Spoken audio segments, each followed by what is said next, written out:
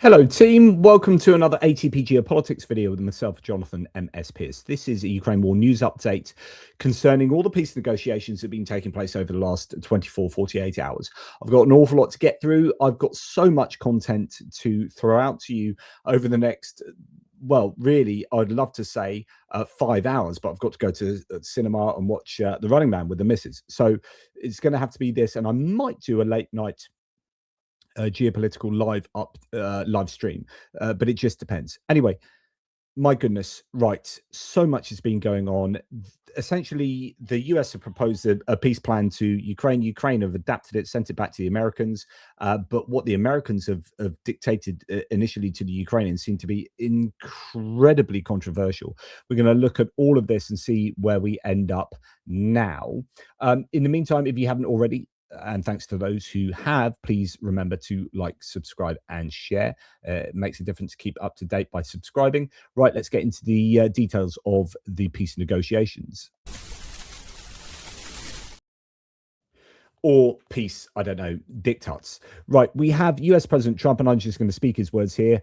Zelensky has to be realistic, he said yesterday. And I do wonder about, how long is it going to be until they have an election? It's a democracy, it's a long time. What's frustrating about this? We had the interview on Politico with Dasha Burns, where he initially stated this. Then Zelensky, with a huge claim, said, okay, we're looking into holding elections in 30 to 60 days. Actually, Ukrainian government has come back and said it's probably more likely 6 months. But we'll look to have elections if we can have security guarantees and a ceasefire. And that's amazing, right? He said we will have elections. Trump doesn't seem to have got this information. So something is going wrong with Trump's briefing. He's not taking briefings, or he's just ignoring these huge claims. So then he just regurgitates the same old rubbish here, which is they haven't had an election in a long time. He's losing a lot of people. And it's possible that the people, if you look at the polls, I will say 82%. There was a poll that came out, 82% of the people are demanding a settlement to be made, Ukrainian people. Now, this is just nonsense. He may be just misunderstanding one of the recent polls, but it's not that 82% are demanding a settlement be made. That's not what is going on, and he seems to have completely ignored Zelensky's statements about elections. So that's really, really disappointing from the Trump side of things, and I think that's deeply unfair to Zelensky. Trump, we spoke to the leaders of France, Germany, and the United Kingdom, all very strong leaders, good friends of mine. Ukraine was discussed in quite strong terms. It's a bit of an omission there, and I think it was possibly a fairly tense phone call. We don't spend money in Ukraine. We sell missiles and other weapons to NATO. NATO pays for it and then distributes it to Ukraine. So we keep hearing this repeated by Trump as if he's trying to convince his electorate that he's not spending money on Ukraine. Okay, everyone knows that, but actually the electorate now, there's bipartisan support, including, from your base, for support for Ukraine through weapons from the US. So you don't need to convince them that you're not giving them anything, that you're selling Europe this stuff. All you look like is amoral. You look like you're just grifting on the back of a war here. He said, but we don't spend money. And you know what we do? We spend a lot of time and energy, because in the last month alone, 27,000 soldiers have died, on both sides. Imagine 27,000 is like taking a football stadium and removing half of it. That's what 27,000 is. Well, thanks for the maths lesson there. So Trump says he had a tough talk with EU leaders about ending the war in Ukraine. According to the US president, his conversation with Macron, Merz, and Steinmeier was, quote, pretty tough. Now, Wall Street Journal reports that Trump is pressuring European leaders to force Zelensky to accept a US peace plan that would require Ukraine to surrender significant territory and limit its military. Now, Ukraine has responded to this peace plan already, right? Sent this back to the US, but let's understand what the US first demanded that Ukraine do.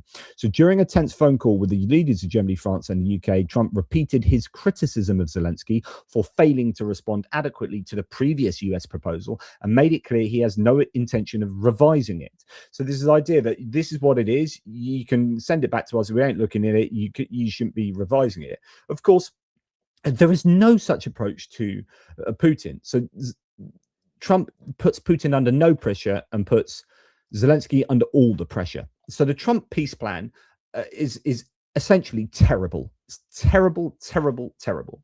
It does not require Russia to withdraw troops from the Donbass for demilitarization, but it does require that for Ukraine, according to the Financial Times. Wow. Just wow. Like, how one-sided can you get? So the US says, yeah, we're going to have a demilitarization area, and troops need to be pulled out from the Donbass. Well, at least Ukrainian troops, but Russian troops, they can stay there, just in case they want a second bite of the apple. So the full story, according to Wall Street Journal, is the US plan to restructure the economies of Russia and Ukraine is, as you can imagine, causing a lot of conflict with Europe. Europe do not support this.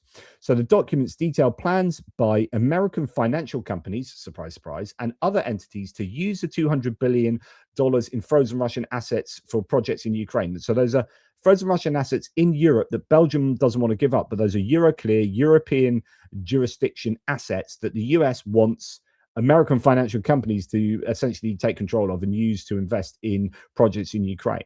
So you might sound like that's good for Ukraine, but that's what Europe would do anyway. That's what Ukraine should be doing with that Russian money. But the US shouldn't be doing it to the benefit of the US. For example, they proposed building a massive new data center powered by the Zaporizhzhia nuclear power plant currently occupied by Russian troops. That data center, of course, would be used for American AI. Another appendix outlines a broad US vision for rebuilding the Russian economy, under which American companies would invest in strategic sectors from rare earth element mining to Arctic oil drilling and help restore Russian energy supplies to Western Europe and the rest of the world.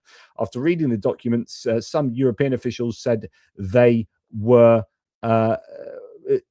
unsure whether to take some of the US proposals seriously. I mean, that's how outrageous these proposals are. It's like, I mean, is this a joke? Like, seriously? Do we take this seriously? Because this seems almost like satire. That's how ridiculous these plans are. European officials fear that the US approach will give Russia the breathing space it needs to revive its economy and strengthen its military power. And of course, Mark Rutte has been coming out and saying Russia are our enemies, basically today, saying things that the US should be saying as, let's face it, de facto head of NATO. The US seem to be just wanting to get along like a house on fire with Russia at the moment and start up this new loving relationship with them to revive the Russian economy. Russia has technically been in recession for 6 months, and the challenges of managing a military economy while simultaneously controlling prices pose a systemic risk to its banking sector. If the US view prevails, it will overturn Europe's plan to support Ukraine and further isolate Russia economically. So the Wall Street Journal here, actually, no, this is a different. This is ZNUA. Says Ukraine must recognize Russia's control over Crimea, Donetsk, and Luhansk regions, and these are the new details of the peace plan. So Russia's control over Crimea, Donetsk, and Luhansk, according to the American plan, must be recognized by Ukraine. The document proposes create a grey demilitarized zone on 30% of the Donetsk region. Ukrainian and Russian troops must withdraw beyond the new administrative border. This might be the Ukrainian version, actually. Freeze the situation in Zaporizhzhia and Kherson regions along the current front line. Oblige Ukraine and Russia not to revise these agreements by force. The document does not provide any guarantees that Russian soldiers will not appear in the grey zone. So this probably is the American version. The control mechanism is not prescribed at all. Politico reports that Trump is doing everything to reintegrate Russia into the global political and economic order. The unclassified version of the new US security strategy proposes a new G7, excluding Europe, but including Russia, China, and India. It also aims to pull Italy and Hungary away from Brussels' influence. And I'm going to speak more about that in a video I have lined up to do on the national security strategy. So what's really going on here, Trump's push to end the war is increasingly being driven by his own impatience, as Politico's Eli Stokols writes, seeing Zelensky and other European leaders as obstacles in his way. But strikingly, even as Trump blasted Europe's lack of ability to produce results, some EU officials agree with his characterization. In other words, Europe needs to get some results. They need to get those frozen Russian assets to Ukraine. They need to stand up. Well, really, they need to stand up to Trump. And the whole, I think, issue here is not standing. Europeans, I think, are fine. And I kind of disagree with Greg Terry on our live last night. I don't think Europeans are particularly scared of Russia in the main. I think they're scared of Trump, or not scared of Trump. They know that if they stand up to Trump, it will come back and bite European nations on the ass. Like they will get tariffed by Trump retributively. So Trump's comments yesterday were really the tip of the iceberg. Defense One's Megan Myers has an exclusive look at the full version of Trump's new national security strategy. The unclassified version made public last week has already rattled Europe, but the longer unpublished version pushes for even less military support for Europe, for the US to work with countries like Italy and Hungary, and I think Austria and Poland were two others, to pull them away from EU influence, and for a new G7-like summit to be created between a core five, the US, China, Russia, India, and Japan. Western Europe would not be at the table. Wow.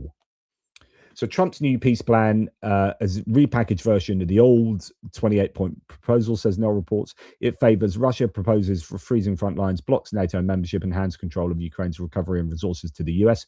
Only Ukraine's commitments would be binding, enforced by a Trump-led peace council. So you guys have to adhere to the rules, Ukraine, but for Russia, less so. Zelensky has said, right, okay, so now we've got Zelensky saying an awful lot this afternoon, it appears, and this pertains to the peace plan that they've sent back to the US. So Zelensky said, regarding the limitation of the size of the Ukrainian armed forces, the plan stipulates the real size of our army, 800,000. This has been agreed with the military. Ukraine and Russia have agreed on a fairly large exchange by the new year. These would be prisoner of war exchange, but the Russians are slowing down the process. But there seems to be some agreement on limiting the size of the armed forces, which I think is an incredibly bad concession to make. But it looks like Ukraine are that desperate that they feel they have to. Zelensky said the United States does not want Ukraine to be in NATO. What separate agreements the US has with Russia, we do not know. Over time, all the secrets will come to light. Wow. Now, this is a Max 25. I don't know whether it's a summary of what he said or the exact words of what he said, and where the provenance of this is, what interview, what statement, where he said this. But if Zelensky has actually said this statement, that is incredible. The United States does not want Ukraine to be in NATO. Okay, that's fair enough. I mean, I think everyone realizes that at the moment. What separate agreements the US has with Russia, we do not know. Over time, all secrets come to light. Wow.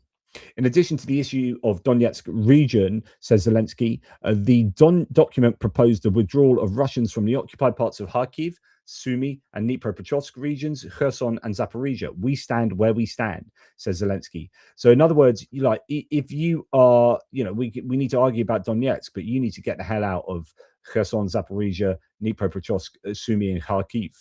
Zaporizhia nuclear power plants, the Russians want a station for themselves. We are against it. Donbass, the Russians want it all. We do not accept this. And the Americans are looking for some format.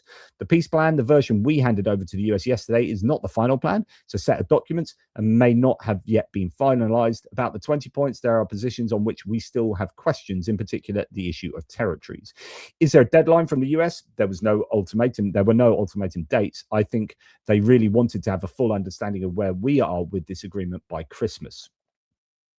So, Zelensky, will Ukraine go for a free economic zone in the Donetsk region? The people of Ukraine will answer this question. I don't know what he means by that, whether he has to put it to a referendum in Ukraine. Ukraine's position on Donbass is unchanged. We stand where we stand, as mentioned already. Regarding the elections, there was a signal from the US. I reacted, and I'm ready for it. There are two important things that need to be worked out, security and legislation. So it's unconstitutional for this to take place. So they need to sort of mess around with this from a Ukrainian point of view, but also they need security guarantees and ideally a ceasefire. You're not going to have an election in the middle of war, right? It's just not going to happen.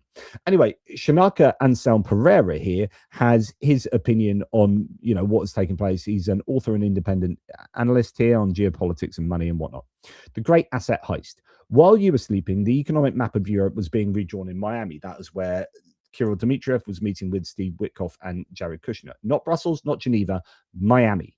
Here is what just leaked. The Trump administration has proposed that Wall Street tap $200 billion of frozen sovereign assets to fund US-managed projects in Ukraine, including a data center powered by a nuclear plant still under Russian military occupation.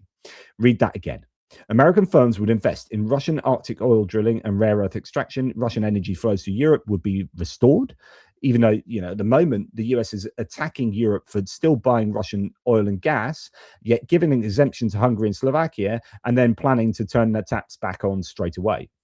As soon as they can. US companies would take 50% of reconstruction profits. One European official who saw the document said it plainly, it is like Yalta, the 1945 conference where world powers carved up post-war Europe without Europeans in the room. 80 years later, history rhymes. December the 10th, 2025, Zelensky said held his first reconstruction meeting with the Treasury Secretary Scott Bessent, no Marco Rubio, I might add, Jared Kushner, and BlackRock CEO Larry Fink. December 18th, 2025, the EU votes on whether to seize these same assets themselves. Belgium holds $183 billion in Euroclear. Its prime minister calls a competing EU plan fundamentally wrong and warns Russian litigation could mean bankruptcy for Belgium. There's more on that in a second. The maths is brutal. Europe throws the money. America wants to spend it. Russia wants it back. Ukraine needs it to survive. 4 parties, 1 pot, 0 trust. What you are witnessing is not a peace negotiation. It is the largest sovereign wealth fund transfer negotiation in modern history. The question is not whether Ukraine gets rebuilt. The question is who owns the rebuild. And who owns the rebuild owns the next 50 years of European energy, security, and sovereignty. The post-1945 order took decades to construct. It is being renegotiated in weeks. Watch December the 18th. If the US get their hands on that money from Euroclear, from that Russian money that's needed for Ukraine to rebuild itself or to exist, if the US gets hold of that, then the US is staking a claim to European security and energy. It's absolutely that serious. Now, Sergei Lavrov, the Russian foreign minister, says Russia has submitted, quote, additional proposals to the US regarding Ukraine, specifically on collective security guarantees. This is Moscow's latest attempt, says Null reports, to influence the negotiation process and push its terms in exchange for potential concessions or shifts in US security commitments. So Sergei Lavrov and the Russians are seeking to get even more from the Americans there. During a meeting with the military leadership, Putin today has claimed that the Russian forces hold the strategic initiative and ordered the continuation of combat operations, quote, according to plan. Putin praised the army's performance and said progress in Donbass and Novorossiya, so that's all across the front, all the way to Odessa, ideally, or all across the south, is on track. So he absolutely has no intention of stopping the war. And he's got bellicose rhetoric here that the US seems to ignore. Like Trump says nothing about Russia's rhetoric, says nothing about what they are doing. And all the pressure, 100% of the pressure, all of the demands are being made to Ukraine. It's absolutely astonishing. Like, imagine someone gets raped by a rapist, right? And you go to them, to that victim in this horrific crime, and you demand that they make all the concessions to the rapist, that they are the ones, it's incumbent upon them to change their behavior and to do X and to do Y and do this and give this to them. And maybe you might have to allow yourself to be violated just a little bit more by these guys. Give up a little bit more of your body to this horrific rapist. That is how horrible this is. And I think that's a pretty apt comparison, to be perfectly honest. But that kind of moral positioning of the Trump administration is that horrendous. Putin said, I order to continue hostilities in Ukraine to achieve our goals in strict accordance with the plans. Also, Gerasimov reported to Putin that the offensive of the Russian troops in the Kharkiv and Sumy regions will be expanded. So they're going to attack even more into Sumy and Kharkiv. Now, it seems that Friedrich Merz is the only leader that seems to be prepared to be at least a little bit explicit about pushing back against the US and Trump. I don't know if you're going to see more of this from other European leaders. The problem is Europe is split at the moment. Now, Merz has said any negotiated solution needs to preserve European security interests. It must not come at the expense of the unity of the EU and NATO. No peace must be made without us being involved. Only Kyiv can decide which territorial arrangement it can ultimately accept. It would be a mistake to force Zelensky into a peace that his population will not support after 4 years of suffering and dying. That's 100% correct from Friedrich Merz there. I completely agree. We have Christopher Miller from the Financial Times saying Germany's Friedrich Merz has urged Donald Trump not to pursue a Ukraine peace deal above Europe's head, as he offered to host talks with Washington on potential territorial concessions to Russia to secure a ceasefire. Good on Merz there. Now, Wadefull, the German foreign minister, said, quote, it would be great to reach a peace agreement by Christmas, but it should be sustainable, not the result of political haste. Yes, yes, yes. Wadefull said that Germany supports the use of frozen Russian assets to finance Ukraine and calls for increased pressure on Russia. This is what we want to hear more of. And in fact, the German press is really has its finger on the pulse here. This is the cover of the Spiegel magazine, and wow, it says 2 villains, 1 goal. That's what that says. Zwei Schurken, ein Ziel. 2 villains, 1 goal. The cover of the latest issue of German magazine Der Spiegel. And the picture shows Vladimir Putin sitting with a carving knife, carving up a map of Europe, or a cake of Europe, if you like, with the EU flag on top of it. And Trump smiling, standing behind him, holding him on his shoulders, with an evil look on Putin's face and a fawning, or kind of a grinning look on Trump's face as he looks down at Putin.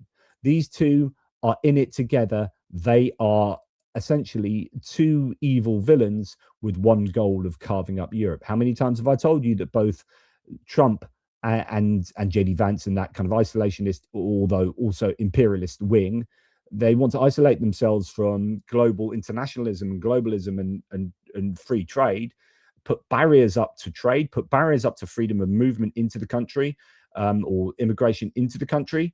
But they also want to imperialistically expand by taking on Canada, Panama, Greenland, etc., etc. So there's that kind of almost contradiction there. But both of them want the destruction of the EU. Now, Boris Johnson has come out today and said, what kind of pressure are we really putting on Vladimir Putin right now? The only chance of ending this war is for all of us to turn up the heat on Putin. I think Europe would be perfectly prepared to turn up the heat on Putin had Trump not been president of the United States. You would have had American and European unity on standing up for Ukraine against Putin. But now Trump's come along, everyone's afraid to stand up to Putin, not because of Putin, but because of Trump. That is what's holding people back. The EU aims, says no reports, referring to a just trying to think what I don't know which news source this is. Oh, Reuters. So the EU aims to agree by Friday on a long-term freeze of Russian central bank assets, a major legal shift that would remove the need to renew the freeze every 6 months. This would block veto threats from Hungary or Slovakia and pave the way for using the 210 billion euros as collateral for loans to Ukraine. So one of the issues is that they keep having to renew these things every 6 months, and they want to just put a permanent thing in place, and that would stop the veto being used by Hungary and others. Now, Belgium is ready to take legal action against the EU over the reparations loan plan for Ukraine, according to their Prime Minister, Bart de Wever. He argues the scheme using frozen Russian assets carries massive financial and legal risks for his country alone. And if no fair risk sharing is agreed, Belgium won't hesitate to sue. Now, Europe absolutely 100% needs to make sure that the risk is shared equally among or proportionally among European players here, EU players. But if that is, I mean, surely they're going to agree to that. And if that is something that they can successfully propose, will de Wever have anything else to say about standing against these asset loans? Is it just that issue, or are there others? Is he something of a tool to be manipulated by Putin and the Kremlin? I don't know. But this is really, really frustrating. So Savchenko Vladimir here says Belgium, and he is CEO of analytics media, the Ukrainian Review. So he's together actually with Max 25. I think they both do the Ukrainian Review. Belgium risks isolation over Russian assets, while the EU prepares a fallback options for Ukraine, according to Politico. This is coming out just today. The EU may apply the same approach to Belgium as to Hungary if it continues to block the decision to provide Ukraine with a reparation loan at the expense of frozen Russian assets. Belgian Prime Minister will receive a treatment similar to that of Viktor Orban. Among the theoretical options is also the possibility of making the decision by a qualified majority, bypassing the Belgian veto. However, diplomats emphasize that this scenario is practically not being considered at the moment. The headline here is EU plans to treat Belgium like Hungary if it doesn't back a Ukraine loan. That's coming from Politico Pro. And then we have the UK that looked like they were going to be providing their own frozen Russian assets to Ukraine and possibly still will do from a political point of view. But now the financial institutions are starting to get a bit jittery. UK banks are warning that the government over plans to use £8 billion in frozen Russian assets to back loans for Ukraine, fearing legal retaliation from Moscow and no guarantees of repayment. With no indemnity offered, lenders say they're exposed to high risk, especially if Ukraine defaults and Russia sues. Russia would have sued already if they possibly could. I think if Russia starts suing for stuff like this, then they open themselves up to be sued over all sorts. And I just don't think they will. So, yeah, I think the financial institutions just want to keep hold of this money in frozen form, probably for their own benefit. I don't know. That's my supposition, but that's really, really frustrating. Hopefully, the UK political establishment can stand strong against the financial whinging there of the banking sector. Now, on December the 13th, and this is where I'm going to leave the video, the US will meet with delegations from Ukraine, France, Germany, and the UK in Paris to discuss Trump's peace plan. Axios is reporting. So the 13th is just 2 days away. That's going to be Saturday. The closed door talks come amid rising concern over the plan's pro-Russian bias and its impact on Ukraine's sovereignty. I mean, everyone, like, I'm not being anti-Trump here. Like, everyone in the world is saying, well, Russia isn't, and probably China and India aren't, but everyone in Europe who cares one iota about Ukraine recognizes that the American plan is just pro-Russian and it is too harsh on Ukraine, and their demands on Ukraine are ridiculous. And so, you know, the European leaders are meeting precisely because the American plan is not good enough and it's too pro-Russian. Officials from Ukraine, US, and Europe to meet on Saturday on Trump's plan, and that's where we're at the moment. I'm just trying to see if anything else has come out on the socials with regard to so here we have Zelensky's come out and said, today we had a constructive and in-depth discussion with the American team on one of the 3 documents we are currently working on. So the 3 documents are, one of them is reconstruction. I'm forgetting how they sliced and diced it. Obviously the peace plan, but they've got the rebuilding and reconstruction afterwards. Is it ceasefire as well?